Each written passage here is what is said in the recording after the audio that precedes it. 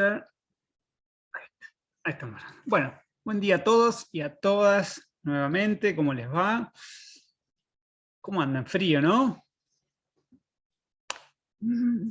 Mucho frío. Frío. Bien, combatiendo con los mates. Muy bien. Ni los perros quisieron salir. Bien, hoy es 30 de junio, hemos terminado ya el primer cuatrimestre y esta clase no era para todos ustedes que están ahí, de intrusos e intrusas, sino para Alejandro, para Sofi y compañía, Alejandra que se está por sumar y todos los ayudantes, los y las ayudantes de la comisión. Pero bien, abrimos las puertas porque somos generosos y aquí están todos los demás compartiendo una clase que va a tener como contenido temas de docencia, didáctica, enseñanza y aprendizaje, cuestiones pedagógicas, digamos. Y básicamente algunas notas de mi experiencia personal. ¿Estamos de acuerdo? ¿Arrancamos? Sí. Sofi, ¿estás ahí, Sofi? Eso me alegra. Sí, acá estoy. Bien. Vamos a empezar con una canción. Voy a esperar a frenar la grabación porque después el señor YouTube me complica, pero nosotros la vamos a escuchar.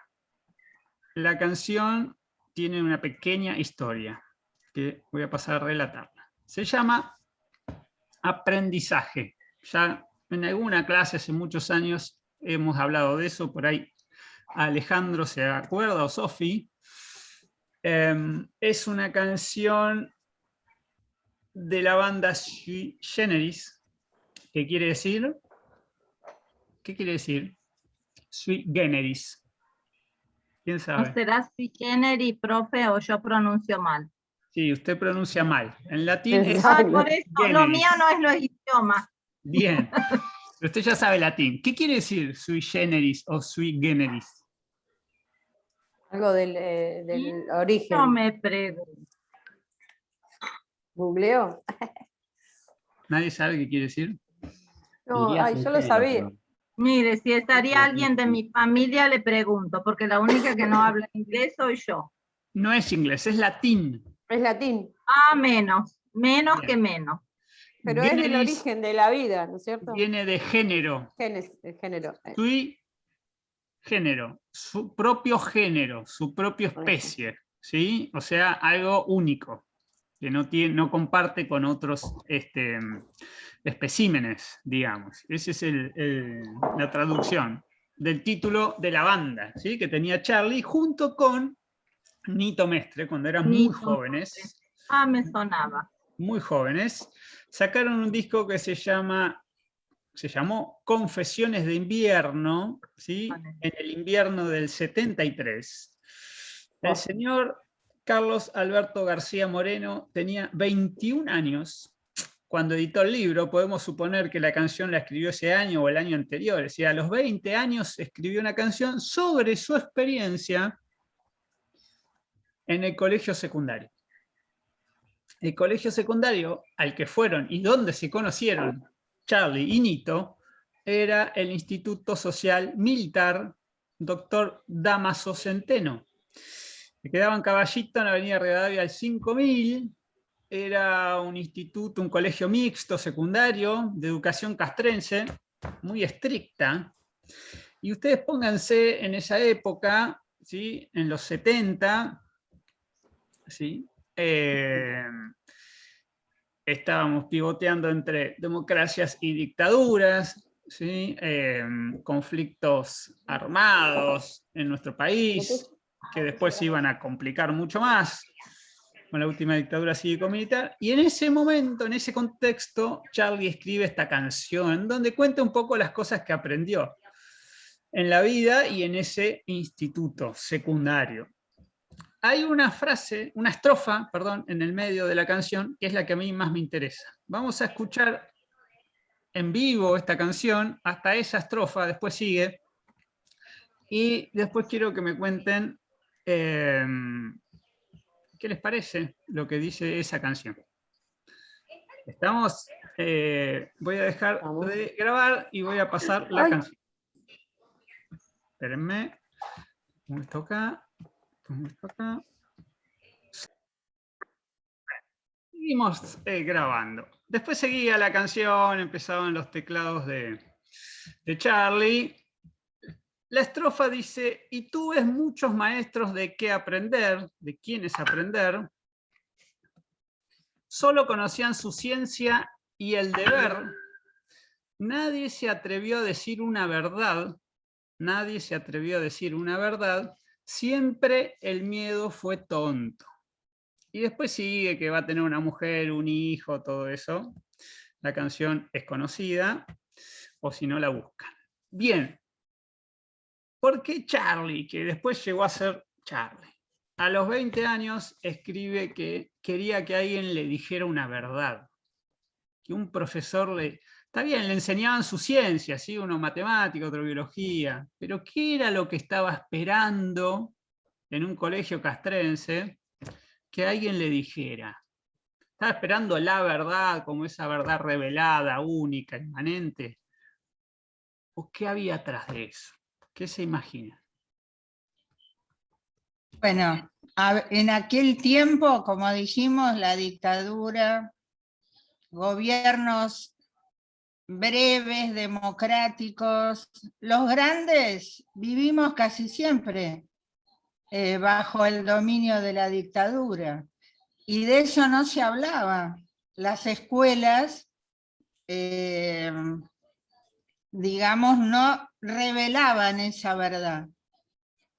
Se explicaba así todas las ciencias, aprendías todo, pero no se hablaba de que el hombre no gozaba la libertad que debería tener en un gobierno democrático.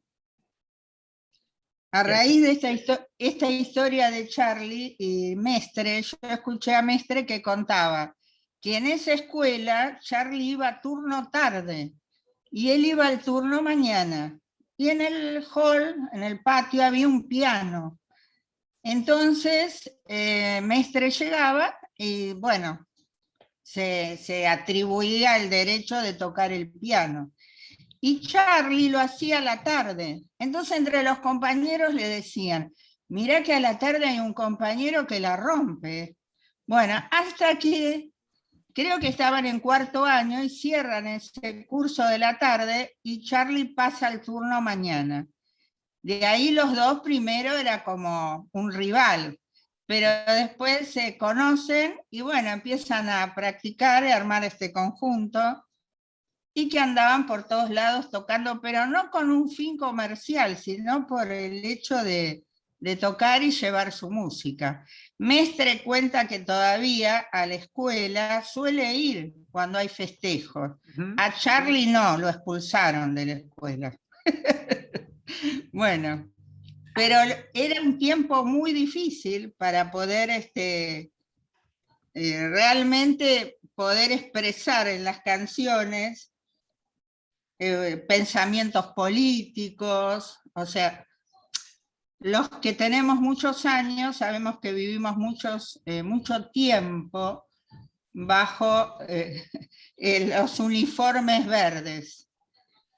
Y bueno, y condicionó la vida de las personas, mucho los condicionó de los adultos. Hablo de los que somos grandes. Bien, Liliana pone acento en la cuestión más política y de libertades. ¿Qué otra dimensión piensan que podía estar refiriendo ahí? Para mí, profesor, el tema de la vida, en realidad. Daban o sea, la educación, lo que educaban, pero no de la vida en sí, de lo que vivía cada profesor, o sea, lo común, digamos. O sea, era como, yo digo, era lo estricto, pero no hablaban de lo personal, de lo que pasa en realidad en la vida, o sea, ¿no? De la tristeza, la alegría, va para mí, no sé. Yo, por ejemplo, profe, lo veo así también como dicen las chicas, pero le agregaría que marcaban distancia. Los profes, los que lo educaban a ellos eran superiores, nunca tenían empatía hacia el alumno y marcaban esa distancia de que el saber que ellos tenían, por eso eran superiores a los alumnos y vos, con esto que yo sé, vos tenés que aprender de esta forma, no le daban la capacidad a los alumnos de aprender como con sus propias convicciones, ¿no? ¿Qué es la empatía? Ponerse en el lugar del otro. Bien. Yo agregaría algo más, profe. A ver. Bueno, era un contexto histórico de una sociedad con un gobierno autoritario, donde los derechos humanos, sociales, derechos básicos, no estaban ejercitados. Entonces había como una anulación de todo derecho y la persona no tenía derecho ni siquiera a opinar, ni siquiera a pensar. Entonces era una sociedad tan estructurada por este golpe o gobierno militar o lo que sea, de acuerdo a las etapas de gobierno, y en las escuelas esto estaba instaurado con una estructura muy rígida, acartonada, donde también el alumno no tenía voz ni voto. Yo no soy tan grande, pero le cuento una anécdota de que en Santiago del Estero yo iba a la primaria y me negué a llevarle la nota porque mi primo se portaba muy mal. Todos mis primos varones se portaban mal. Entonces le mandaban nota a mi tía y mi primo, que era un bandido, rompía la hoja del cuaderno y entonces nunca le llegaba la nota. Y un día viene la maestra de él y le pone una nota en mi cuaderno. Entonces yo le dije que no tenía que hacer eso porque yo no me había portado mal. ¿Sabe lo que hizo? Intentó pegarme con un puntero y le dije, no te atrevas. Y me expulsaron de la escuela. Terminó mi escuela, sí, me expulsaron, no me importa. Para cuando volvamos a la presencialidad. Gané libertad porque fui a la escuela pública y pude expresar mis ideas. Ay, sí, profesor, pero ¿sabe qué feo era un palo largo? Que no sé qué cosa tenía en la punta. Y se atrevió a quererme pegar cuando nadie me tocaba en mi casa, porque siempre fui muy protegida de todos. Entonces, y no me iba a dejar pegar tampoco. Entonces le dije que no se atreviera y fue tremendo. Me costó irme de la escuela. Entonces, por eso le digo, fui a la escuela pública, que es otra cosa, y amo la escuela pública, pero resulta ser que eran épocas muy complejas, donde encima, cuando me expulsaron de la escuela, mi mamá me zamarreó, porque había llevado una nota por mala conducta, por haberle contestado a la maestra, faltó que me fajara. Entonces, esas situaciones estaban muy instauradas en ese contexto social donde todos se tenían que callar la boca, nadie tenía que opinar, eran censurados, no tenían derecho ni a pensar. Entonces ese estilo de vida estaba tan instaurado en la educación porque era la base de la sociedad. Entonces pero también tenían... Un momento, pregunto algo, porque me quedé pensando en la canción. Me gustaría que Sofía y Alejandro dieran su opinión. Cuando dice, nadie se atrevió a decir una verdad, siempre el miedo fue tonto. Lo que cuenta Rosana, o lo que decía Liliana o Nancy, digamos, uno desde el punto de vista del alumno, era razonable el miedo. Obviamente si te van a pegar con un puntero, obviamente vas a tener miedo. Pero él parece ponerlo del otro lado. Claro. Como que nadie se atrevió a decir, que tenía que decirlo era el docente. Y el miedo está en el docente. Es justamente lo que quería aportar porque lo veo, o sea, como dicen ellas, desde el lado del rol docente, ¿no? Pero no como, o sea, esta limitación de, bueno, digo lo que está en el temario y nada más, lo veo como impuesta al docente también. O sea, no es una decisión propia, hay alguien arriba, Claro. evidentemente. No se justifican cosas como las que cuenta la compañera, ¿no? Obviamente, pero entiendo que había un miedo por parte de ellos también y una bajada de línea de nos limitamos hasta esto y no salimos de acá. Exacto. Sí, igual era una educación muy con mucho contenido de enciclopedia. No se hablaba de la vida cotidiana, pero sí te llenaban de muchos conocimientos. Para probar tenías que saber y saber de verdad, ¿eh? No ahora que se facilita demasiado a veces para que aprueben un contenido.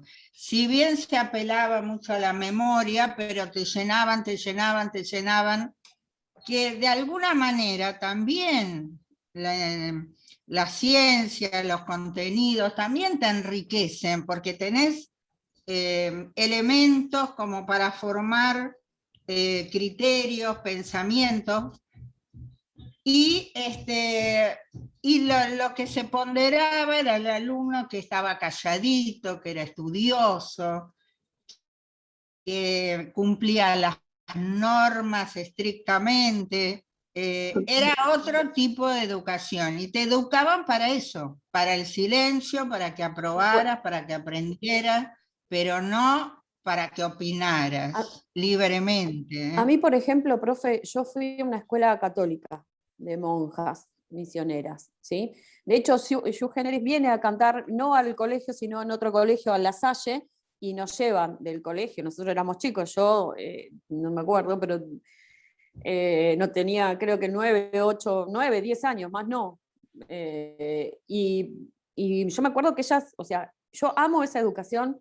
De hecho, ellas eran reabiertas en esa postura. Y venían estos grupos. Otro grupo que yo también vi fue, el que estaba León Gieco, que no me acuerdo también, pero lo vi en el colegio. Claro, me parece que sí. La verdad no me acuerdo el nombre. Sé que era León Gieco, ¿no? Con otros más, pero no me acuerdo el grupo. Y yo lo que iba a esto, con lo que ella dice del contenido, a mí, yo sinceramente, los contenidos que daban en la escuela, que usaban todo lo que es el método de generador, que era aprender M, todo así, mame, mi, momu, también nos enseñaban como mujer, tanto a las mujeres como a los hombres, a coser, a bordar, nos daban una herramienta, una salida laboral. Si no queríamos estudiar, decíamos, bueno, te vas a coser, hasta eso. Y ahora yo eso lo veo que eso se perdió. Y se perdió en la democracia, no en la parte de los militares, se perdió en la democracia.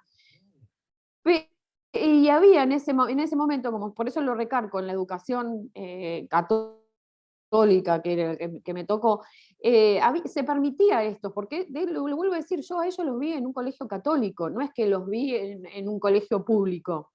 Ya ahí se empezaba a marcar la diferencia. No sé si me explico bien lo que quiero decir, pero básicamente eso. Antes, si bien era todo estricto porque vivíamos en una dictadura, al educar al chico se le daba otros medios, se le buscaba, el que capaz que no era habilidoso con la memoria o no le gustaba estudiar, se le daba, no me sale el nombre. Una herramienta para el futuro. Claro, Sí, tenías labores, actividades prácticas.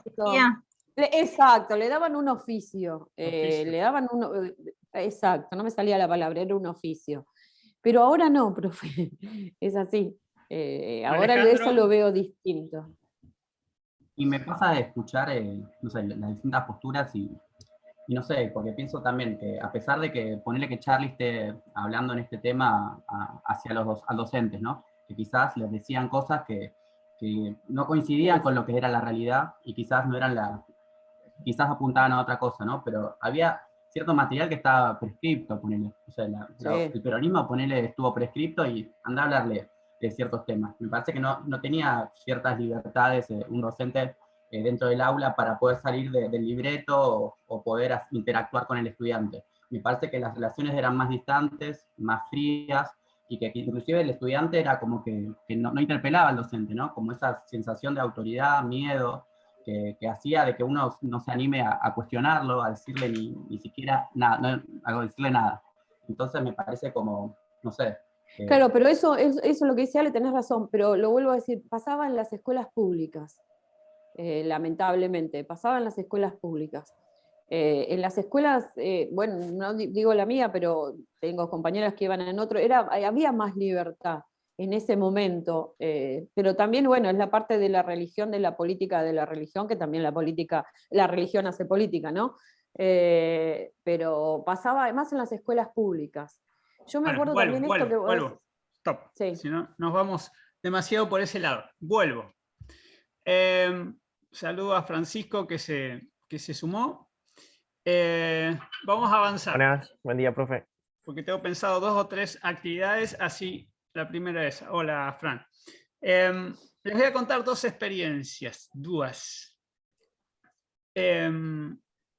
Porque muchas veces me preguntan por qué hacemos lo que hacemos, de dónde lo sacamos, cómo arrancamos con este método de enseñanza, que no es nada novedoso, aunque puede ser disruptivo, y que no lo inventamos nosotros claramente, pero que sí lo utilizamos. Y les quería compartir 2 experiencias. Una surge de acá. Miren, a ver si lo ven bien. El monitor. Bien. Era muy chiquito yo. Y acá dice año 91, no sé qué. Oh, qué chiquito. Bien. Monitor de básquet. No sé si conocen este logo, este dibujito, que eran los encuentros de básquet. Este era mi club, San Fernando. Sí. Ajá. Encuentro Nacional de Básquet. ¿Por qué les traigo a colación eso? Porque yo empecé a ser docente a los 15 años. Era Muy bien. muy niño, un adolescente imberbe, que jugaba al básquet, había pasado por las categorías de mini básquet, que son las categorías formativas, pre-mini, mini A, mini B. En esas categorías se hacían los intercambios, que eran un equipo de provincia o ciudad de Buenos Aires con un equipo de otra provincia del interior del país. Se hacían 2 viajes. Primero iba uno y después venía el otro. Entonces vos los recibías y después ibas para allá. A esa edad, 8, 9, 10 años, 11, era la libertad total ir a otro lugar, porque además me acuerdo de ir a San Juan, las casas todas abiertas, caminamos por la calle, era para nuestra cabeza era fuerte.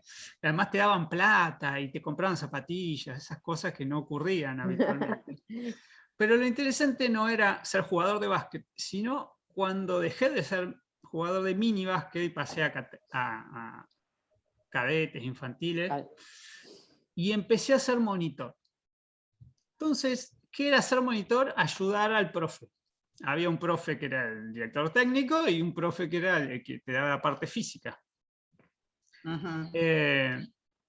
Muchas veces eran jugadores de la primera o así, o directamente entrenadores, y en el medio estábamos nosotros, los monitores. Yo nunca supe bien de dónde salía eso hasta que lo busqué para hoy, hice la tarea, y se los voy a compartir. Miren lo que encontré cuando buscaba. En el año 87 me dieron un título, un diploma, no sé si leen. Al mar risueño. Al mar risueño. Evidente. Bien, me fui a la Real Academia y dice así: monitor viene del latín monitor, monitoris. Y dice, el que amonesta o avisa, 1, 2, cierto subalterno que acompañaba en el foro al orador romano con el encargo de recordarle y presentarle los documentos y objetos que debía servirse en su peroración. ¿Vieron perorata? En su peroración. 3. Esclavo que acompañaba a su señor en las calles para recordarle los nombres de las personas a quienes iba encontrando. Le hablaba ahí al oído, che, este es fulanito de tal, ojo que es el carnicero y si no le pagaste. Después habla de un banco de guerra, etc. Entonces, como encontré esto, me fui a buscar monitor, a mi diccionario spes, de latín. Digo, ¿de dónde vendrá monitor? monitoris. Y encontré... Sí, chicas, sí. Encontré que dice... monitor, el que recuerda o avisa, ya no es el que amonesta, el que recuerda. Guía, consejero, ayudante de un abogado, dice. Qué lindo abrazo. Esclavo que acompañaba, eso ya lo vimos. Y fíjense que advierte, dícese del rayo. Y después dice monitus. Aviso, consejo, amonestación, advertencia de los dioses, oráculo, profecía. Nosotros estamos acostumbrados a hablar de premonitorio. ¿Vieron? O sea, no solo que avisa, sino es que está antes del aviso. Antes. Cuando ya vino el monitus, ya perdiste. Así que, conclusión, un monitor era el que ayudaba, el que avisaba, el que estaba entre los Atento. profesores y los alumnos. Y yo recuerdo esa época con mucho cariño, y siendo docente sin saber que era docente, porque a esa edad, 14, 15 años, no tenía ni idea, pero me acuerdo, me acuerdo que era una fiesta. Ser monitor era una fiesta.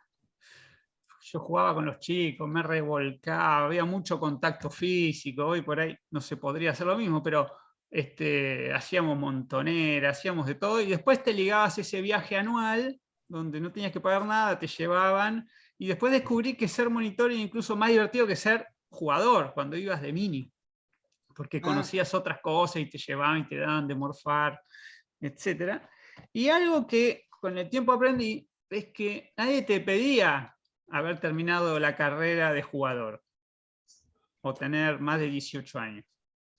No, cierto, te daban pequeñas responsabilidades, uno empezaba de a poco, ¿no? No sé, hacías la planilla de un partido por ahí, te ponían a dirigir, o los contabas, o andá a buscar las camisetas al vestuario, cuestiones básicas, pero uno empezaba en ese rol de transmitir conocimientos, de ayudar, de escuchar, porque uno era el nexo. Muchas veces los jugadores no se atrevían a decirle cosas al entrenador, entonces te agarraban a vos y te chamullaban a ver si, che, decirle que me ponga, no juego nunca, y esas cosas, o tal, no me la pasa, o tal cosa, tal. Bien.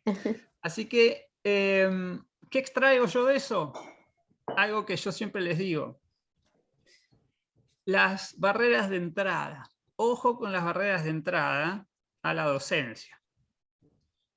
¿Sí?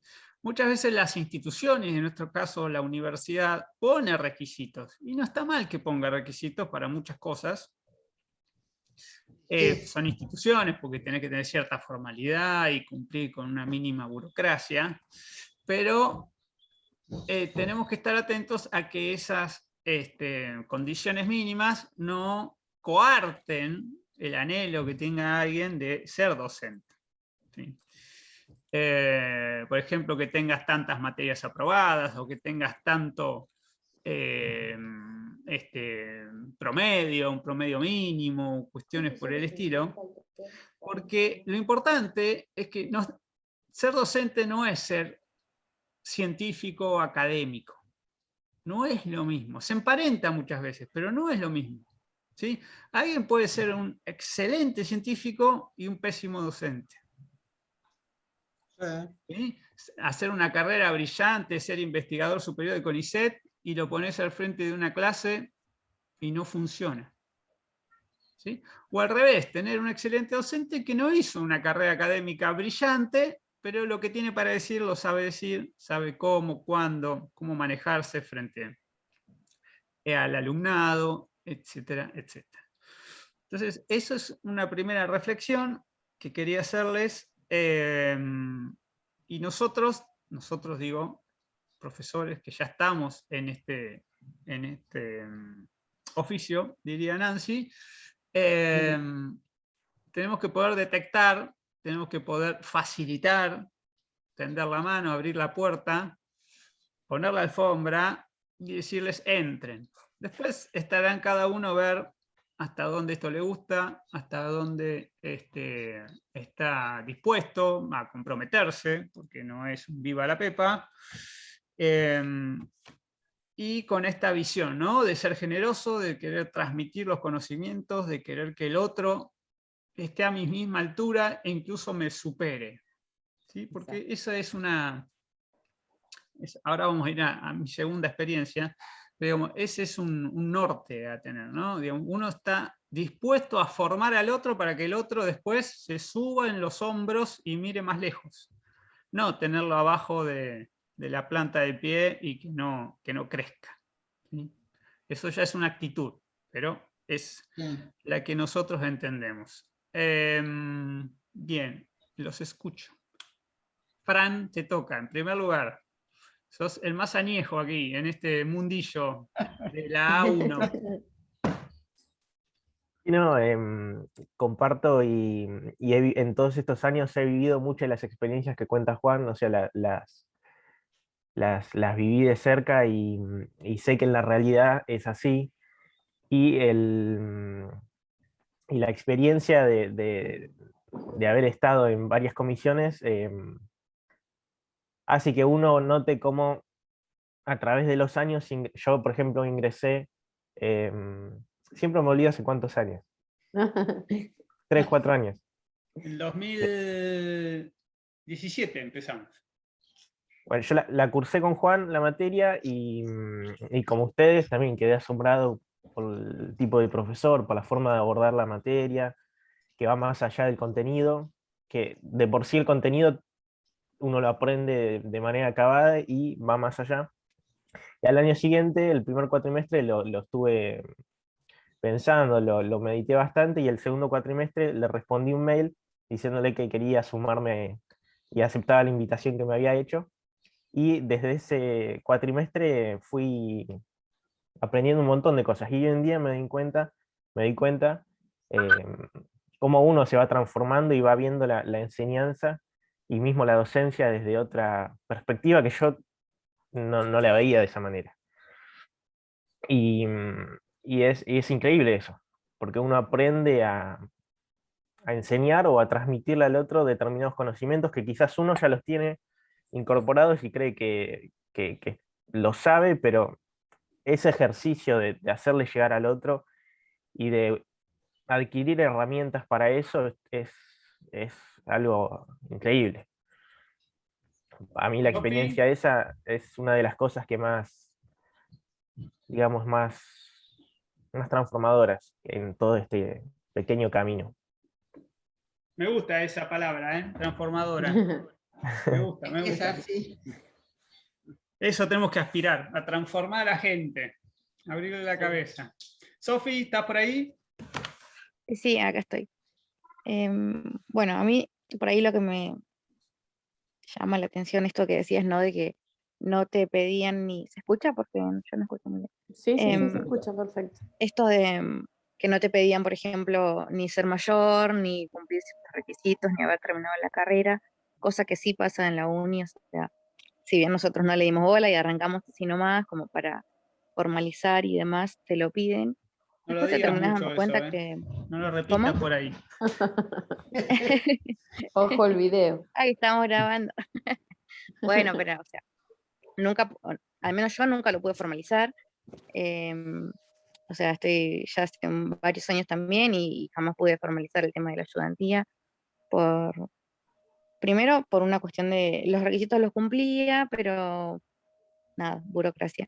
Y la realidad es que no considero que sean ni fundamentales, o sea, no creo que eso te dé la pauta a poder serlo o a poder ser parte de una comisión como ayudante y demás. Entonces, creo que se habló varias veces y nada, por ahí, por ese lado, estaría bueno pensarlo de otra manera, porque, o sea, ¿qué nos dice que tener cierto promedio o que tener cierta cantidad de materias nos da mayor posibilidad o más capacidad para poder ayudar a los demás si el fin es otro? No sé, por ahí verlos de ese lado.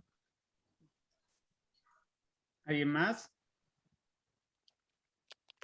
Yo comparto lo que dice Sofi, comparto mucho lo que dice ella porque, nada, primero, antes antes que nada eso de tener cierta cantidad de... Hoy para ser ayudante o formalizarte te piden el 50% de la materia y haberla promocionado. Que quizás la promoción se entiende, pero que tengas el 50% cuando es una materia incluso de segundo año. Cuando uno termina segundo año, a lo sumo puede arañar el 40%, digamos, ¿no? Y es cuando uno termina la materia, cuando tiene el contenido fresco. Después, una vez que pasas ese contenido, ya la materia queda atrás, inclusive no la tenés tan fresca. Después, por otro lado, con el tema de la formalización, bueno, con Sofi inclusive nos anotamos para poder tener el papelito, el famoso papelito, y tampoco nunca nos llamaron después, digamos, ¿no? Sabíamos de que éramos pocos los que teníamos, es como que creo que habían 7, no sé si 7 vacantes o algo así nos había llegado el dato, pero tampoco nunca nos dejaron formalizar, y eso que hubiéramos cumplido con los requisitos. Y creo que eso fue una traba burocrática que nunca se pudo hacer, digamos, ¿no? Porque ya nosotros estamos, si no fuera por el profe que quizás nos permite, no sé, estar en sus proyectos, estar en sus clases y demás, eso queda como, no queda evidenciado en ningún lado. Y entonces es algo que como nosotros como ayudantes también poder facilitar, y que esto a los próximos ayudantes que se les pueda reconocer. Me parece que es un laburo que todavía la universidad en ese sentido está en deuda con nosotros. Bien, avanzo, señoras y señores. Segunda experiencia. Esto no lo conté nunca, esto sí es nuevo, ¿eh? Bien. Yo estaba en tercer año de la facultad, de una de las dos facultades, ¿sí? En Derecho de la UBA, y estaba fascinado con mi otra carrera, que era Ciencia Política. Y quería estudiar eso y, no sé, cambiarme a abogacía, me aburría. Me iba bien, pero me aburría. Hasta que en tercer año cursé Filosofía del Derecho. Y me voló la cabeza. La cátedra era el titular era Ricardo A. Guibur, y la comisión era de la doctora Diana Cañal. Bueno, y era así, una comisión así muy interactiva, muy de ida y vuelta, y divertida, y a la vez te hacía pensar un montón, y te traía cosas de la realidad, muy piola. Terminé, la aprobé muy bien, y ya tenía ayudantes, algunos ayudantes. Entonces pedí ese ayudante y me quedé. Y ahí cambió mi visión de la facultad. Al año siguiente, en cuarto año, algo que hacía la cátedra era fomentar que escribiéramos ideas, artículos, y empezamos a ir a congresos de filosofía del derecho. Hay una asociación argentina, entonces íbamos, me acuerdo un viaje a Salta, éramos como más de 10, fuimos a Salta a un congreso de filosofía Salta, y al año siguiente, ya en quinto año, cuando yo terminaba, fuimos a Nueva York. Viajecito pegamos, a las Torres Gemelas, piso 50, donde entró el avión. ¡Pim! Justo ahí donde entró el avioncito, ahí estábamos nosotros 2 años antes, por suerte. A un congreso de filosofía a Nueva York, ¿sí? Única vez que estuve allá. Y bueno, y en eso me puse a escribir mi primer texto jurídico, llamémosle, que se titula... Bien. Obedezca el derecho, no sea maleducado. Bien. Hablaba de Kelsen, de la moral, de ¿Lo podrías pasar, profe? No lo tengo en máquina, lo tengo así, impreso, que lo encontré alguna vez. Bien. Está anotado tiene 7 páginas. Recuerden el número, 7 páginas. Seguramente, no lo volví a leer, no me animo, pero seguramente no es gran cosa. No es gran cosa. Yo estaba en cuarto año, bueno, tenía algunas ideas y las pude volcar, eso ya tiene su mérito. Pero lo importante no es eso, lo importante no es eso. Lo importante es que se lo di al titular de cátedra, Ricardo A. Guibur, alias Pachi para todos nosotros, sus amigos. Hace unos días intercambié unos mensajes, hace tiempo no lo veo personalmente, pero ahí sigue batallando. Se lo di y le dije, yo lo tuteaba, la mayoría no, pero yo sí, yo lo tuteaba. Digo, Pachi, escribí esto, ¿lo podrás mirar a ver qué te parece? Ellos además nos decían, sí, escriban que nosotros... Bueno. Un tiempo después, no recuerdo cuánto, imagino una semana, 10 días, me da la devolución. ¿Qué se imaginan ustedes por una devolución al primer texto jurídico de un estudiante que está haciendo sus primeras herramientas, muy así como voluntarioso, todo, pero bueno, que está arrancando, digamos? ¿Cómo se imaginan? A ver, así cortito, ¿cómo se imaginan una devolución? Y alentarlo. Alentar para que siga escribiendo. Está bien, lo podés mejorar. Pero imaginen el formato, digo, el formato de una devolución. Para mí con muchas observaciones. Exacto. Muchas observaciones, Martín. Bien. Y sugerencias también para que guíen su nueva y próxima escritura. Reformule. Bien. Cintia. Corrigió la gramática, porque, por ejemplo, cuando escribe Ale le dice lleva tilde, y hay cosas que por ahí ya nos marcaron a nosotros y queremos que no lo repita. Bien, ¿qué más imaginan? A ver, piensen. Titular de cátedra, en la UBA, ¿eh? Titular de cátedra Pero en la motivar UBA. siempre para que continúe escribiendo, más allá de las correcciones. Claro, hay que incentivar la Pero no producción. creo. Yo voy por el lado que te dijo, como dije antes, está bien, pero tenés que corregirlo y capaz que yo le agregaría tal cosa. Yo creo que un titular de cátedra de la UBA, bueno, no conozco, pero hoy en día en nuestra facultad creo que ni tendría el tiempo De de leerlo. Por ejemplo, me pongo en... Ustedes están mal acostumbrados en la UNPAS. Ustedes ven pasar caminando al rector por ahí y lo saludan y tiene su edad. La UBA, exacto. Si lo veías una vez al titular, una vez el primer día o te venía de un teórico, date por satisfecho. Porque venía el titular, después venían los adjuntos, después los jefes de trabajo práctico, después los ayudantes de segunda, y los ayudantes de primera y los ayudantes de alumno. Todo eso claro. ¿no? Y los titulares eran gente grande, hombres y mujeres, ya de renombre de carrera, todo, para llegar a ser titular de la UBA. Bueno, ¿qué hizo este titular? Que además era juez de cámara, o sea, 50 libros, todo lo que usted quiera. Bueno, me devolvió esto, que lo guardo, es un tesoro. ¿Cuántas páginas había escrito yo? Hola, Marita. 7. ¿Cuántas me devolvió? Un renglón. No, una firma. Páginas. 10 páginas. Bueno. Se agregó. Bien. No, toda la devolución son 10 páginas. Escritas por él. Excelente. Wow. Les voy a leer algunos pasajes. Bueno. El título dice: Observaciones al trabajo, obedezca al derecho, no sea maleducado, de Juan J. Carvajales. Y esto imagino yo en su computadora, que todo tiene una referencia. 18 de octubre del 98. ¿Sí? 98, cuarto año de mi facultad. Empieza. Nota preliminar. Dice: las observaciones que siguen tienen distintos niveles, que se indican en cada una de ellas.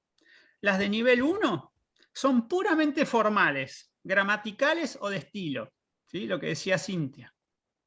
Las de nivel 2 son materiales, de importancia secundaria dentro de la argumentación propia del trabajo. Las del nivel 3, también materiales, se refieren a los contenidos centrales y pueden interpretarse como apreciaciones críticas, palabra clave, apreciaciones críticas formuladas desde mi propio punto de vista, del que corrige, ¿Para qué? Dice, para ser a su vez valoradas por el autor de acuerdo a su propio parecer. Fíjense el sentido, fíjense el sentido. El sentido no es, yo te voy a decir en qué te equivocaste. Claro. No, es, yo te voy a dar mi parecer crítico para que vos lo valores y saques tus conclusiones. Y lo evalúes, claro. 3 niveles de análisis para un texto pedorro que no valía 10 minutos de su vida. ¿Sí? Eso es docencia. Perdonen la Eso es expresión. bien docencia. Y empezaba, página 1, página 2, título, párrafo 1, línea 2. Número de renglón, seguramente. Número de renglón de línea, transcripción textual. Y después abajo, todas las observaciones, ¿no? Por ejemplo, cuestiones de lenguaje, cuestiones de moral. Página 5, paréntesis. Aquí sí que viene el lío. Cierre el paréntesis. De acá perdimos. Antes me pone el diccionario de la RAE de la palabra idiosincrasia. Le debo haber pifiado en cómo la usé. Bueno. Y aquí sí viene el lío, y ahí me empezó a dar leña. Como en la guerra. Punterazo, profe, punterazo. Sí, uno abajo del otro, línea tal, y empezaba, pim, pam, pum. Imagínense, después de eso quedaban 6, 7 páginas. Bien. Me mató, ¿no? Me mató. Página, seguía, bueno, sigue. Y llegó al final. Título en mayúscula que dice consideración general. Se los voy a leer. Dice así. El artículo es interesante e inteligente. Ponele. Y además está en general bien escrito, paréntesis, lo que no es poco decir. Por lo menos escribía bien, una a favor. Wow. Muy bien. Pero, cagamos. Pero, tal como la versión original, se ve que esta era una versión mejorada, incluso, adolece de un exceso de voluntarismo, que toma como reales e indiscutibles ciertos principios que algunos podemos compartir, porque evidentemente si yo me quedé ahí era porque compartía la visión general del curso y lo que él decía, entonces por ahí lo que escribía era lo que él pensaba y muchas veces uno se copia de lo que dicen los profes. Pero no se queda con esto. Tengo un pollo que va a ir por mi línea de pensamiento, que va a ir a pensar como yo y que me va a seguir. Y dice, no, pero en cuya demostración de esos principios, largamente anhelada por filósofos, políticos y lectores, no se avanza. Es decir, yo postulaba cosas que no podía demostrar. Dice, muy bien.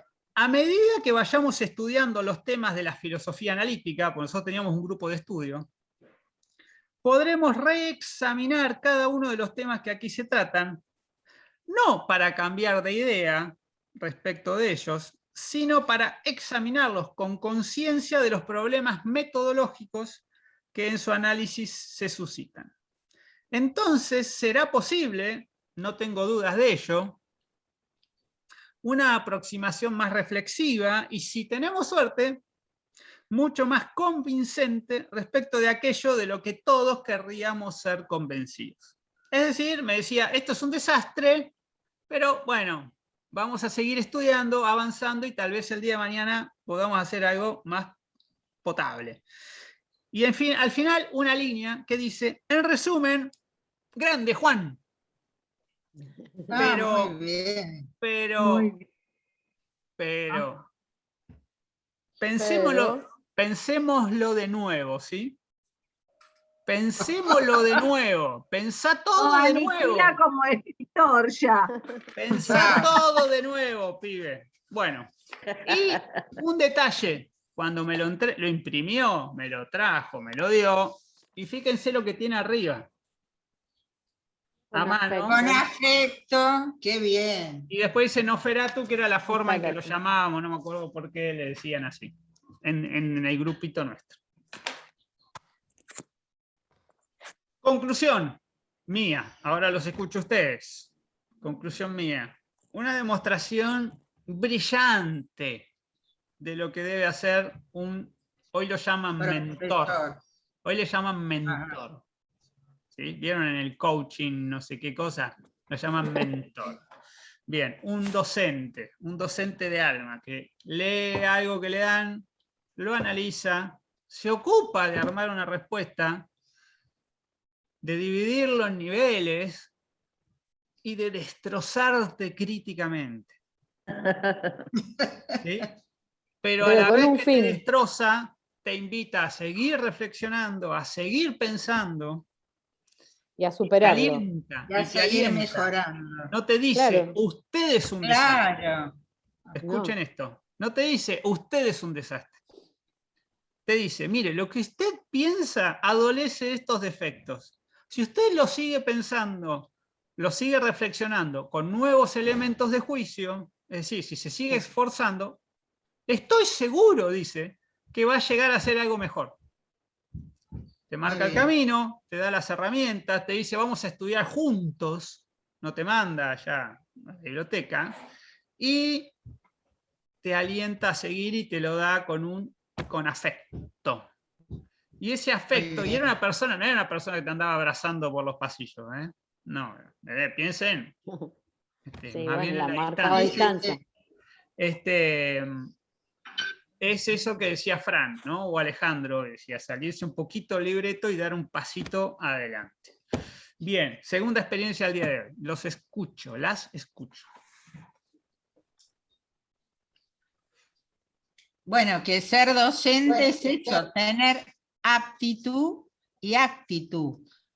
Tener cierto carisma para atraer a quienes están interesados a recorrer el camino del conocimiento, tener empatía y esta línea de afecto que mostró el profesor, ponerse en el lugar del otro para tratar de ayudarlo a transitar el camino de este conocimiento. O sea, ser docente implica de alguna manera ese compromiso profundo, ¿no? Tiene que ver, muchas veces se habla de la vocación, y es real.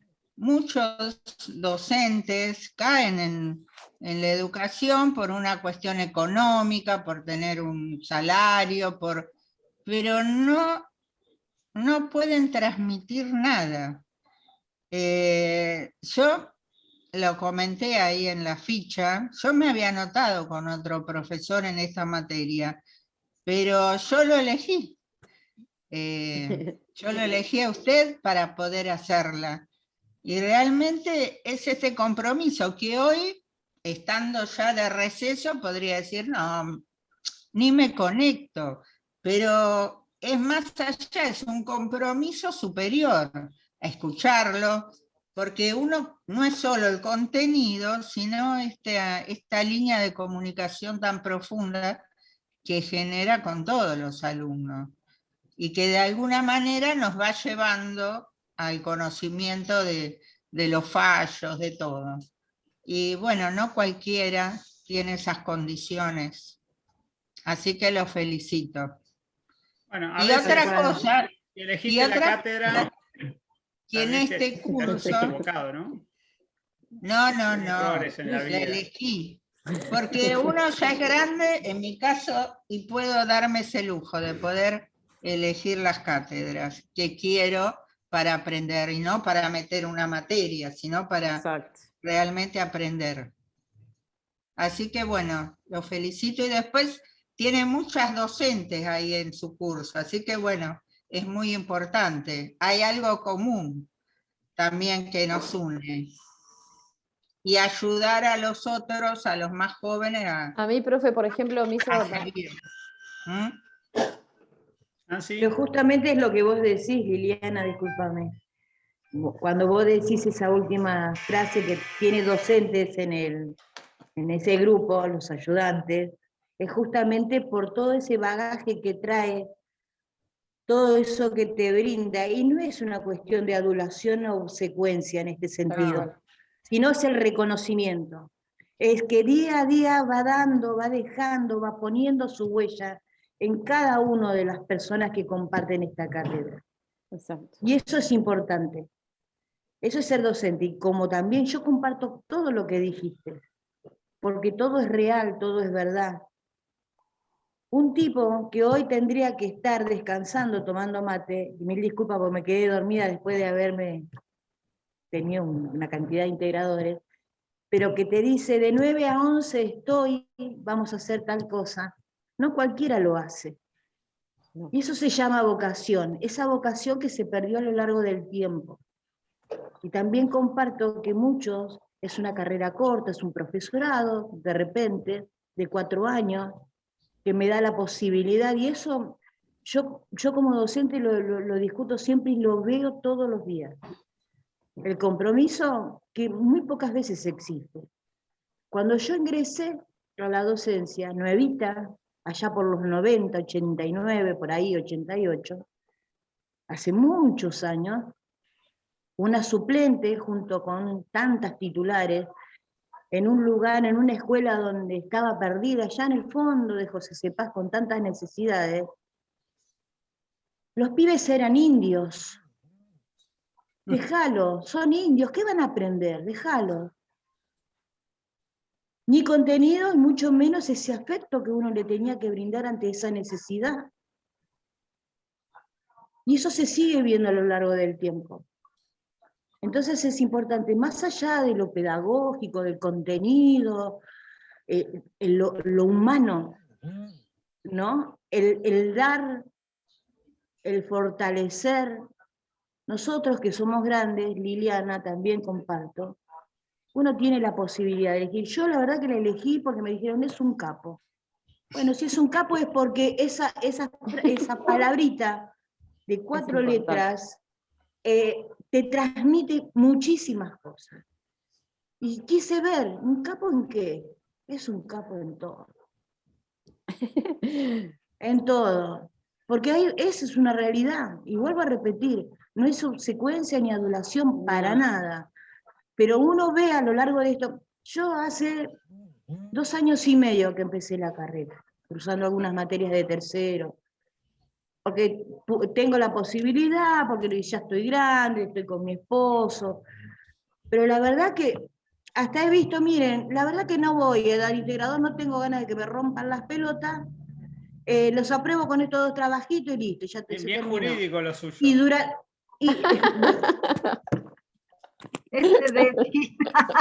Viene del no latín, me diga pelotus. eso. No me diga eso. Bueno, más o menos. Y bueno, con todo esto vamos aprendiendo. Vamos aprendiendo. Yo soy una persona que a mí me gusta aprender. No sé cuánto me va a llevar la carrera. Y a mi edad la verdad que no pienso en pertenecer a le decía a mi esposo el otro día, no estudio jurídico, ni mucho menos, ni llegar a un juzgado. No, y esa no es mi pretensión.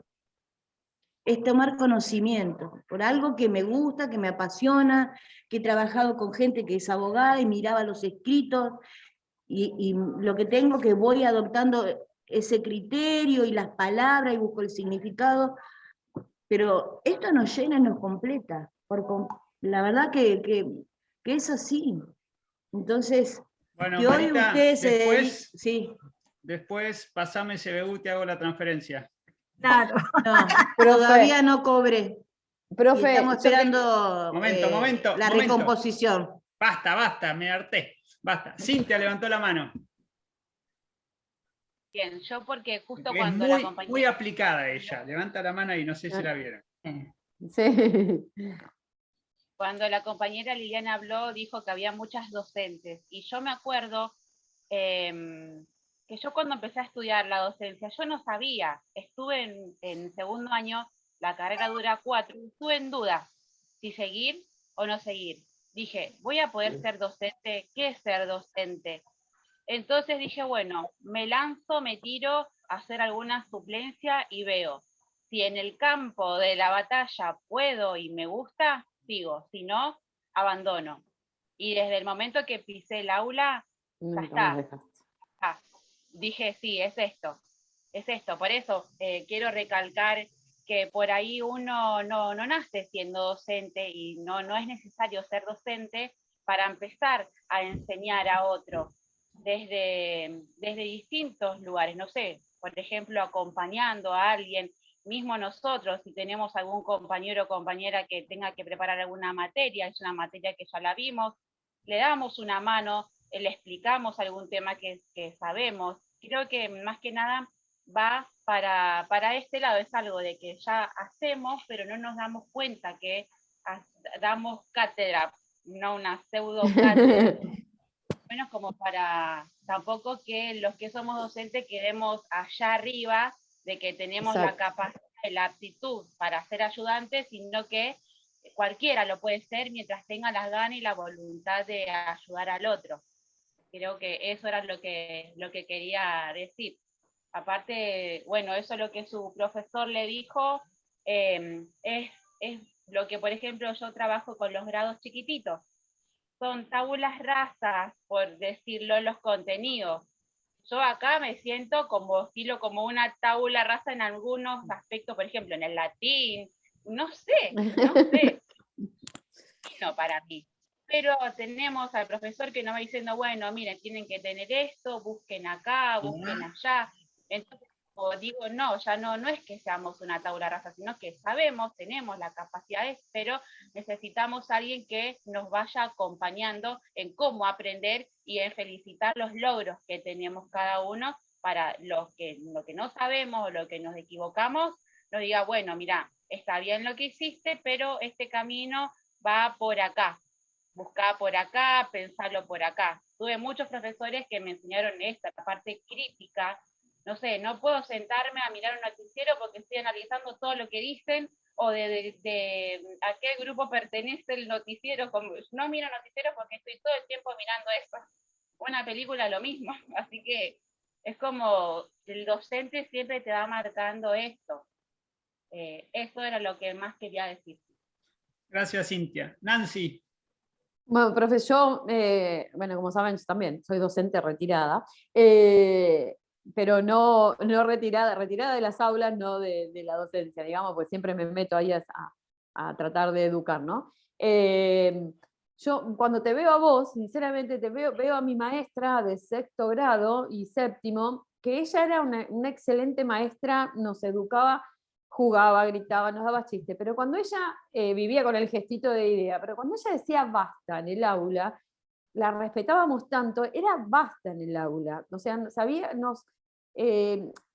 daba los tiempos, nos enseñó a que una cosa era jugar, hacernos chistes, y otra cosa era ponernos a estudiar. Ella siempre nos daba los medios, éramos nosotros los que teníamos que estudiar, nos enseñó a resolver, que yo veo que falta ahora en muchas adolescencias, en muchos grupos, digo, falta eso. Y vos nos enseñás, en este caso a mí y al resto, nos enseñás a resolver, no a que venga otro y que me lo haga. Nos das los medios a que resolvamos por nosotros mismos, que es lo que te hizo el profesor a vos, te corrigió y te dijo, esto está perfecto, pero fíjate, anda por ese lado. Por una cuestión de generación, yo veo eso, que los chicos ahora están acostumbrados, o veo cuando preguntan en el WhatsApp, ay, ¿qué día era? Vos tenés la solución, entra al campus, la facultad te da las respuestas en el campus personalizada, porque vos tenés tu campus. Pero los chicos buscan eso, de que todos se lo hagan. Y vos, profe, sinceramente no, vos inculcás a que lo hagan ellos. Entonces eso se valora, este videíto que yo te cargo que mandaste, ese tiempo que vos das vale mucho más que nos des una clase de análisis de algún fallo. Yo creo que eso entra, es como el pajarito en la cabeza, eso va entrando en cada uno de los chicos y le va cambiando. Como las chicas dicen de nosotras que somos grandes, eso ya nos damos cuenta tu actitud y se valora enormemente. Yo, distinto de las chicas, yo entré porque dije, con el grupo de Anita y de Gaby, bueno, ¿qué día podemos hacer? Nos anotamos este día, caímos así sin saber que eras vos. Y ahora estamos todas, una de las chicas quedó afuera, está en otra cátedra, y ella se enoja en el grupo, pero no pueden, ese profesor es un capo, qué sé yo, y es como que el boca a boca se va transmitiendo de cómo sos vos, entonces por eso la mayoría quiere estar en el grupo donde estás vos. Pero pasa por eso. Vos decís que algo cambia, ¿qué es lo que cambia en el alumno? El interés de que no se le resuelvan las cosas, el interés de resolver por sí solo. ¿Entendés? Porque vos le das los medios, vos no es que decís, hagan esto, punto, es así y es así. No, vos le das los medios, lo que te dijo el profesor básicamente a vos, vos le das el medio y le das la capacidad para que los chicos piensen y resuelvan. No importa si está bien o está mal, sino que ellos piensen, que ellos resuelvan la situación. Que cuesta, pero creo que esa es la falencia que tiene la educación ahora. Les cuesta a los chicos resolver porque tienen todo servido, literal. Vos decías recién de la forma de ir presencial. Nosotros a mí en mi caso, cuando yo estoy en la clase con vos, yo siento como que estoy en la clase presencial. Si vos me hubieras dicho hoy, vengan a José Cepaz, hubiera ido, profe. Porque es eso, es saber, es el compromiso que vos te tomás, es el tiempo vale oro. Y no es el tiempo que nos das para decir, hagan esto porque es lo que yo digo, no. Les doy esto, con este tiempo les explico, es para que ustedes piensen, ustedes resuelvan y ustedes valoren qué es lo que tienen, en este caso la universidad. Eso es básicamente. Anita. Ahí está Anita. Hola, buenos días. Disculpen que entré tarde, pero entré para escuchar la carta que te había mandado el profesor. Y amén de todas las cosas que dijeron mis compañeras, que yo comparto, me parece que hay una cuestión que tiene que ver con que había una frase que decía, la palabra convence, pero el ejemplo arrastra, ¿no? A mí me parece, que el docente tiene que enseñar básicamente primero con el ejemplo, más que con la palabra, ¿no? Porque si no, bueno, hagan esto, hagan aquello. Yo a veces te veo, viste, estamos 4 horas, desde 4 horas y media, casi 5, y vos estás agarrado a la cámara y estás con todas las pilas, y yo veo que como que es como súper importante eso, ¿no? Porque como se te nota, digamos, la calidad que le pones para las clases, ¿no? Los otros días te tenías que ir a las 10 y las 11:20 y no sabíamos qué hacer con el examen, si seguíamos, si no seguíamos, si lo dejábamos para otro día, porque ya nos había pasado 1 hora. Pero como que es muy bueno eso, ¿no? Uno nota que hay un compromiso de parte del otro, que es lo que falta en esta sociedad actual, o sea, el tema de comprometerse con lo que uno está haciendo. Y yo creo que el alumno valora básicamente eso de parte del docente. Yo sé que cuando vos habrás recibido, porque a mí también me ha pasado en la universidad, me ha pasado que un docente se tome todo el tiempo para decirte, bueno, esto no es lo que yo esperaba de vos, yo sé que vos puedes hacer esto, que solamente tenés que ponerte, que solamente tenés que cambiar tu mirada sobre las cosas. Eso es buenísimo, porque uno no se le olvida más esas cosas, y sobre todo, parte de que el alumno hoy esté tal vez un poco desganado con el aprendizaje en algunas cosas, es también la falta de compromiso del docente, ¿no? Porque muchas veces hay gente que exige en la medida en que no da, y eso el alumno lo nota. Y cuando el docente exige en la medida que da, el alumno se avergüenza cuando no puede hacer lo que el docente le pide, y generalmente poco reclama. En general los reclamos vienen cuando el docente no da en la medida en que exige. Entonces, a mí me parece central en la cuestión de la educación el tema del ejemplo. Bueno, yo te voy a pedir todo esto, pero te doy todo esto. ¿Está? O sea, vos necesitas tal cosa, yo te la doy. Vos necesitas ayuda, yo te la doy. Vos necesitas esto, tengo 7, 8, 9 ayudantes que las 24 horas, pero vos me tenés que dar esto. Yo te vi la cara de traste que pusiste, perdón, ¿no? El día que dijo, ¿quién no preparó el pollo Castillo? Tu cara era inconmensurablemente claro, ¿me entendés? Porque yo he puesto esas caras. Yo he pegado un portazo que los vidrios de la escuela se sacudieron para todos lados. Pero yo parecía, o sea, desde que empezaba la clase hasta que terminaba la clase, hablaba, explicaba, me movía por los bancos, iba, venía, así, esto, así, aquello. ¿Te parece? ¿Te ayuda? Y después cuando el alumno no cumple la medida, es lógico que uno se enoje, porque uno siente que da todo lo que puede, independientemente de la anécdota esta, no puntual, pero yo entiendo a veces tus enojos o con la falta de asistencia a las clases y todo, porque también se nota que vos das en esa medida y a veces, no sé si es lícito, pero a veces uno espera que la gente retribuya en la medida que uno está dando, o sea, que el compromiso sea de ida y de vuelta. Y también pensaba, porque a mí una vez, yo tuve de profesor en la facultad en literatura argentina a David Viñas, ¿no?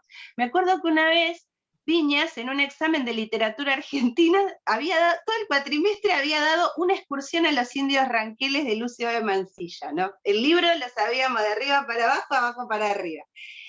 Y no sé qué me preguntó sobre una cosa del libro, y el tipo escribió 2 hojas, todavía, me acuerdo que ahora se me inundó y se me salieron todas las hojas que casi me suicido, pero el tipo escribió 2 hojas explicándome una cosa, lo mismo que en el examen final, nos pusimos a hablar, el tipo pidió 2 cafés para tomar, y se puso, hablaba más él que yo en el examen, y esas cosas se súper agradecen cuando la gente se toma el tiempo para explicar, para hablar, para hacerte entender.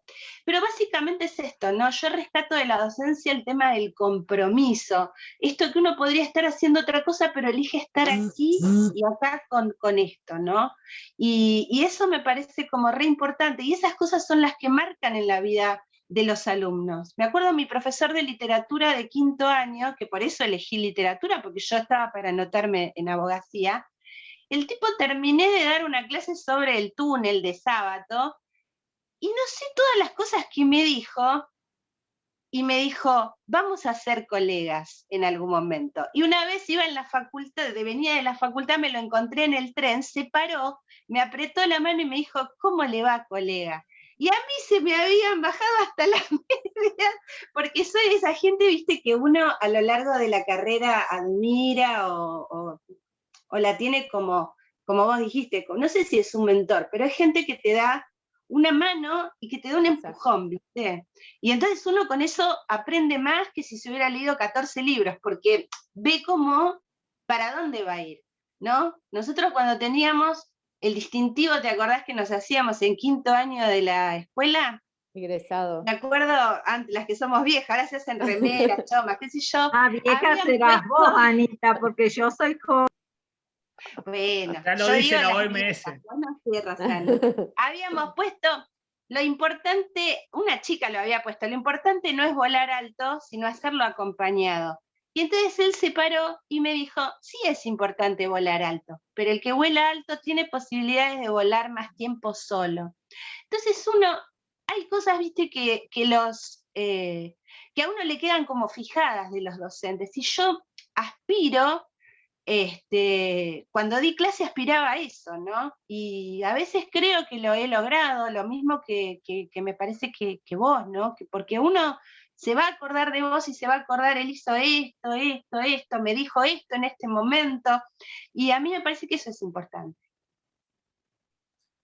Perdón, mis compañeras. Aprovecho lo que dice Anita y doy vuelta a la cuestión, porque estar aquí en una posición de docente, que es una posición asimétrica y por ende de poder, también puede producir el efecto opuesto, que es frustrar a la otra persona. Por supuesto. Por sí, supuesto. Con un comentario, con una mirada, con, no sé, con un texto, con una nota, con lo que fuere, uno puede truncar también un desarrollo. Sí. O sea, puede ser inocuo, puede ser que alguien me estimule, pero también puede ser que alguien diga, no, Incluso porque ve a un contrincante, no un colega, futuro contrincante. Me contaban mucho en la Facultad de Derecho, en la UBA se estudia también traductorado de inglés y otros idiomas, sobre todo inglés. Y ahí dicen que era una lucha, porque todos se veían como futuros competencias para el trabajo. Entonces tiraban a matar y muchas veces me llegó ese comentario. Entonces, ojo, porque ahí uno tiene la herramienta y la puede usar para un lado o para el otro. Por supuesto, uno puede hacer las dos cosas. En ese sentido, a mí me pasó que cuando me corrigieron, a mí siempre me corrigieron en el secundario, y tuve un profesor que, no sé si yo hablaba tanto, no pongo la foto porque a veces se me corta, hablaba tanto que un día se plantó el profesor y a mí me gustaba sentarme adelante y dijo, a ver, Alejandra, me decía, Ríos Laura Alejandra, pasa esto, que cuando nosotros tenemos la herramienta, por ejemplo ahora en historia, me decía, y me empezó a dar, que yo en un momento me puse a llorar y dije, tiene razón y capaz que eso es lo que nos da pie a seguir. Y de ahí me puse a pensar, porque yo me acuerdo que ese año mi mamá me dijo, bueno, si vos querés estudiar, estudiá, si querés trabajar, trabaja, vos decidís, ya tenés la edad suficiente, tenía 16 años. Dije, no, yo voy a seguir secundario. Y en lo que yo tenía esa libertad, hacía lo que quería en el colegio. El profesor de historia me dijo eso, tantas cosas que me puse a llorar y dije, bueno, la verdad sí tengo la capacidad de seguir adelante, así que voy a terminar el secundario. Después vino un profesor de tecnología, informática, no me acuerdo, y todo el colegio le tenía miedo. Y dijo, uy, este año me toca el profesor. Me sentó y me dijo, a ver, Río. No, me dijo, usted, alumna, ¿cómo se llama? Así, malo. Y yo dije, Ríos Laura Alejandra, y después dijo, bueno, léame el texto que tenemos para leer, Después me dijo, felicidades, se ve que usted tiene capacidad. Y yo dije, wow, no estoy tan equivocada. El profesor me dio una mano, me hizo llorar. El otro profesor me dijo que sí tenemos capacidades. Y después, cuando terminamos el 5º año, recuerdo, vino un profesor y me dijo, usted tiene tanta capacidad, así como que hay que pulirla, pero vamos adelante a no dejar. Y eso es lo que a mí me dio pie a seguir, y dije yo, hoy en día veo a chicos en el colegio, un compañero de mi hijo que no tiene la posibilidad, y le digo, a ver, ¿qué problema tenés? Y me acuerdo que 2 años lo ayudé, y hoy por hoy está en 2º año, y mi hijo está en 4º año del secundario. Y yo digo, a ver, Ale se llama, vamos que vos podés, en lo que yo pueda te ayudo. Y siempre venía a mi casa, yo iba, o veo un nene que me dice la mamá, yo no entiendo, no puedo, bueno, a ver, yo aunque sea en bici, corriendo, decime dónde es y voy y te ayudo. Está una nena acá, dice 5º grado, no tenía la mamá cerca, trabajaba, ahora dejó de trabajar y está, pero yo no entiendo, me dice, yo hice hasta 7º grado, bueno, listo, dame 2 horitas y yo estoy. Y a veces la tengo que retar y a veces le digo, retar en buen sentido. Pero yo no soy maestra, no quise ser maestra, pero todas esas cosas a mí me ayudó a decir, wow, lo que me dijo el profesor, y me hacía acordar su experiencia a usted, que el profesor le dijo tantas cosas que a mí en un momento me hizo llorar, pero también dije, no voy a caer y me voy a levantar. Entonces cuando me dice, bueno, podés, yo dije, sí puedo, y por eso ahora estoy haciendo ya 2º año de la carrera de abogacía sin querer queriendo, y aprendí y dije también, wow, es abogacía, no es una carrera, tengo que elegir a ver si soy abogada o a qué. Y cuando usted dijo ayudantía, listo, aquí voy a ir, voy a ser ayudante o algo, pero tengo que sacar esta vocación de algún modo. Pero sirve que nos reten o que digan, bueno, vos podés y seguir adelante, la experiencia, ¿no? Gracias, Lau. Martín, ¿das por ahí? Había levantado la mano. Profe, yo quería compartirle en parte lo que usted una reflexión de lo que usted nos estuvo comentando, y creo que recibir un escrito en los años que usted estuvo cursando en 4º año, creo que el profesor ya veía un futuro profesional, y era mérito darle ese tipo de devolución. Y comparado a lo que yo voy iniciando 2º año con su cátedra, creo que no solamente lo dejó usted en claro de que ese tipo de enseñanza se puede dar en años superiores, sino que también en años inferiores, como es todo este baje de alumnado. En lo particular yo también me incluyo, en donde uno empieza el primer año del punto de partida, poniendo la meta que es el título, con una cantidad de alumnos y compañeros y comisiones que es como decir, hay una base tan amplia en donde uno ve al profesor y dice, no, el profe solo me tiene como un número. Entonces intenta alcanzar la meta sin tener en cuenta que el otro lado también hay, quizás se topa con un profesor que te da el tiempo y te da un espacio para que vos te puedas dar a conocer más que nada. Yo arranqué la carrera con esa idea, como diciendo, bueno, mi meta es el título y los primeros años voy a hacer un número para todos los profesores. ¿Por qué? Porque veía las mismas comisiones de 80, de 90, son 20 comisiones por materia, es decir, el profe no tiene tiempo para un alumno, sino que tiene 80. Entonces, esa mentalidad me ha llevado hasta, a veces, como quien dice, no tener en cuenta ciertas materias, que al fin y al cabo me terminaron diciendo, no, sos uno, no sos un número, sino que tenés nombre y apellido, y lo fue así, fui dándome cuenta que en primer año tenía profesores, docentes, que sí te tenían en cuenta, sabían quién era principal, y te corregían de acuerdo también a cómo iba vos progresando a medida que pasaba la carrera, la materia. Y bueno, y dicho sea de paso, usted también, o sea, creo que nos demuestra semana a semana que somos parte de la universidad y no somos un número más. Bien, aprovecho, Martín, que hablas de meta, una meta en la carrera, para adelantarles que la semana que viene, hoy hablamos de básquet y docencia, la semana que viene vamos a hablar de running y carreras, tipos de carreras deportivas, carreras universitarias, algo que no se hizo nunca en este país, lo vamos a hacer la semana que viene, juntar running con carrera universitaria. Miren, les voy a mostrar algo más que traje para ustedes. El único que lo conoce es Francisco. Miren, vieron que yo a veces les pido, a veces no, que al principio de la cursada les pido fichas. Les pido fichas. Y muchos reniegan que la foto, que la ficha, no sé qué. Entonces les pasamos y hoy hacen en una hojita 4, la llenan y la entregan. Pero cuando yo arranqué, que no tenía estas canas, y era muy pibe, era todo mucho más rústico. Allá en la UBA, ¿no? Daba filosofía del derecho, precisamente. La materia se llama Teoría General del Derecho. La cátedra Guibur, que después fue cambiando, cambió el titular, vino uno que se llamaba Caracciolo, entonces nosotros nos llamábamos los Caraciolos. Y estuvimos muchos años así con un grupo de ayudantes. Yo tenía una comisión y me divertía mucho. Bien, y fíjense lo que tengo acá.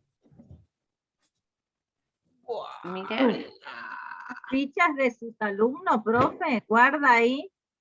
Mire, todos así.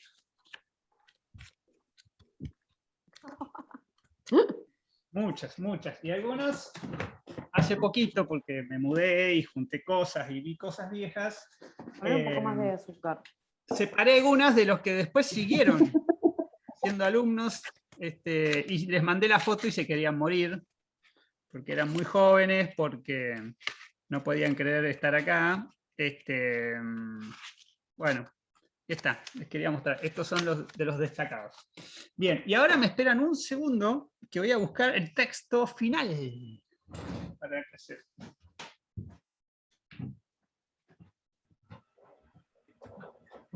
El año pasado lo saludamos, hicimos un video para saludar al profe por su natalicio, y resulta que nada, el mensaje constaba de varios testimonios de ese estudiantes hablando, diciéndole unas palabras de afecto. Y resulta que nombró uno por uno el profe, uno por uno a todos y todas las que aparecieron en el video, individualizándolos, ¿no? Ahí ya te está dando un parámetro del ambiente propicio que se genera a través de individualizar al estudiante, ¿no? Es como que eso hace de que uno no se sienta un número como decía Martín, y se dé ganas de participar, y eso también te permita salir del libreto. creo que eso es una herramienta que está muy buena. Ale, un gesto que tuve el otro día cuando dijo, wow, somos tanto, me pasan los nombres que así los agendo. Ninguno hace eso. Eso es un gesto súper valorable, súper. Sé dónde viven, tengan cuidado, sé dónde viven. Sí, perdón, encima de eso declararon los que estaban infiltrados y me encantó porque digo, ¿cómo? Por eso lo cargué con el tema del club de fans, digo, pero a él lo siguen hasta los que no son alumnos. Que yo tengo la lista, entonces por ahí, si tienen el nombre, a veces aparece el nombre en el número, voy a buscar la lista, pero a veces ni el nombre está en la lista. Entonces, ¿esto de dónde salieron? ¿Quiénes son? ¿Y quiénes eran, profe? Porque después no seguí eso. No sé, de otras O sea, no sé por comisiones, qué están. supongo, no sé, los mandará la AFI, no tengo idea. Seguidores. Bueno, miren, revista de clasificados de zona norte. Oh. Es esto de un lado y del otro lado tiene así algo como más poético, más cultural, culturoso, diría mi abuela. Es del año, no dice el año, no dice la fecha. Bueno, de alguna fecha será, a ver si lo dice adentro. Aquí, febrero de 2019. Bien, se llama, vamos a seguir con básquet hoy. Fran y Ale ya lo han escuchado, el resto no, así que ya que no están solo los ayudantes, vamos a compartir. Se llama En Bandeja. ¿Saben qué es hacer una bandeja en básquet? ¿Qué es, Rosana? Sí, es encestar, hacer una jugada táctica y técnica directa. Pero tirar de ¿de qué bandeja. manera? Es una jugada específica. Tenés el aro atrás, podés hacer el ejemplo. Claro. Es lanzar.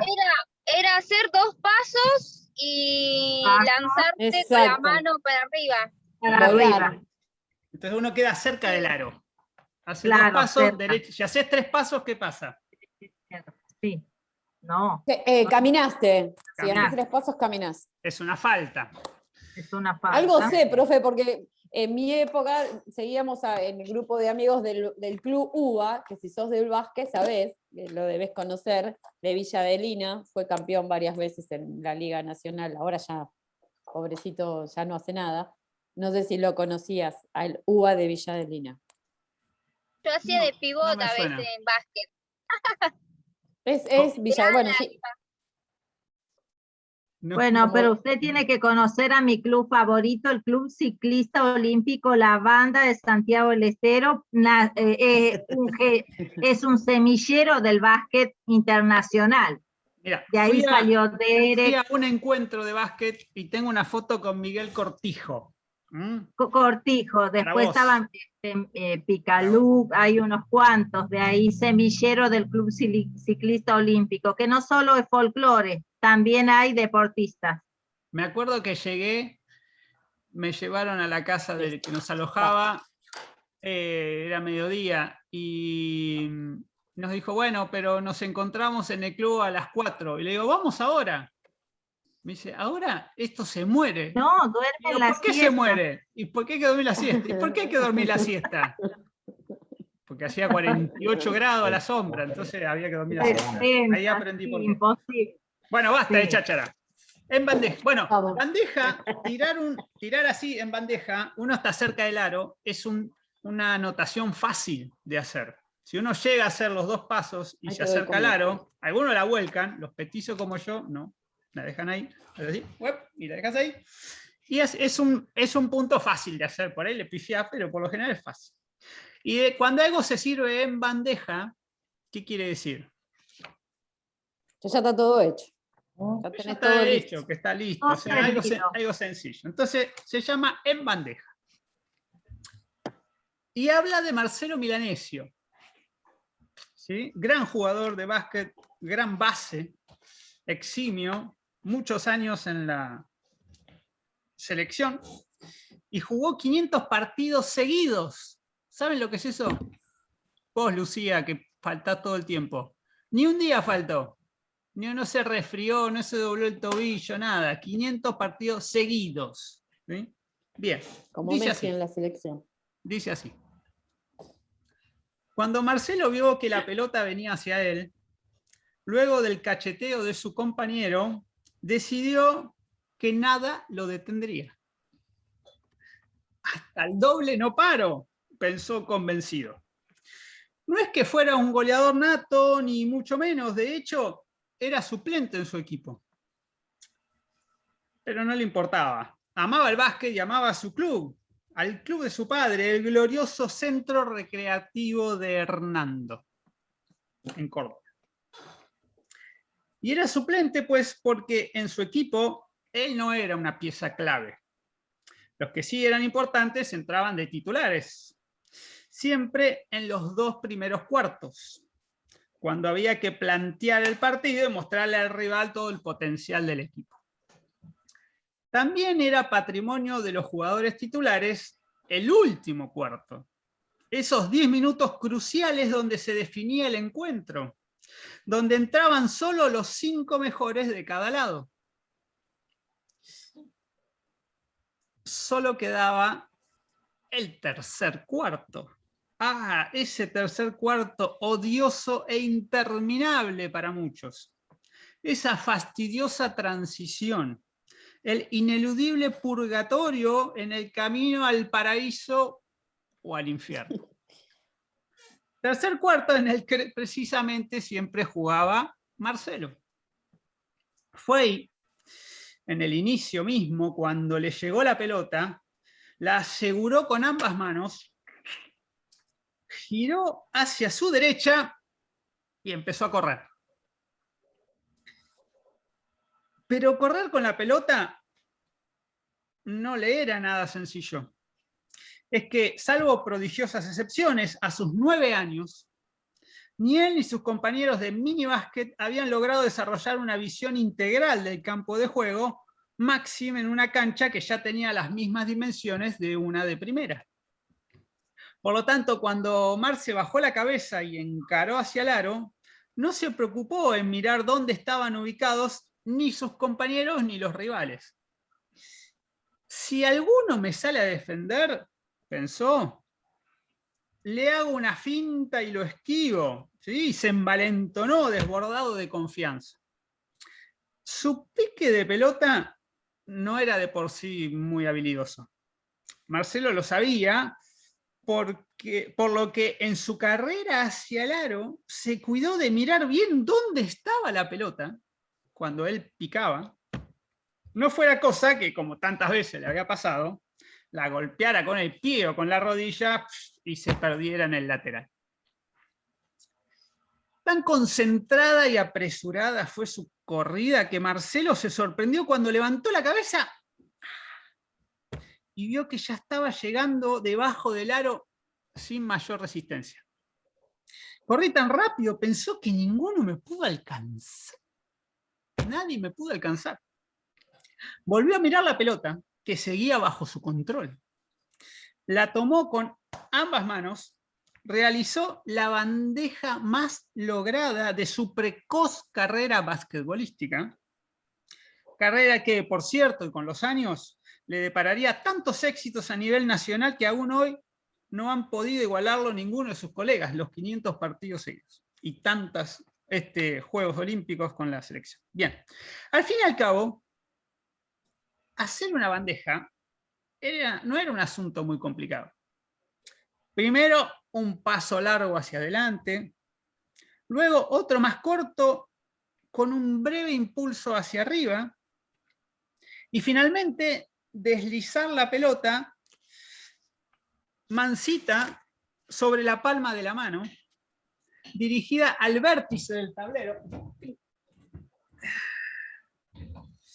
para que rebotara y cayera suave, sin tocar el aro, directo a la red. ¡Chas! ¡Gol! Gritó Marcelo exultante mientras agitaba los brazos. ¡Vamos, carajo!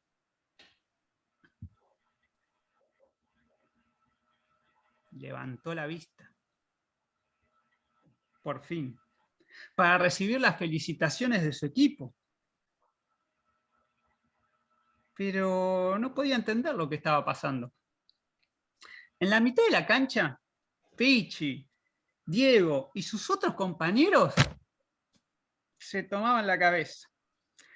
Mientras que los jugadores de Atlético Río Tercero no paraban de reírse. ¿Ahora qué pasó?, se preguntó extrañado. Enseguida miró a su entrenador, como quien busca refugio o simplemente una respuesta esclarecedora. Pero el entrenador, con una mueca irónica, solo miraba el tablero electrónico. ¡Gracias, pibe!, le gritó un rival. Ponete nuestra camiseta y jugamos 6 contra 4. Siempre boludo vos, ¿eh?, le espetó Hernán, el más lungo de su equipo. Torpe, pero lungo al fin.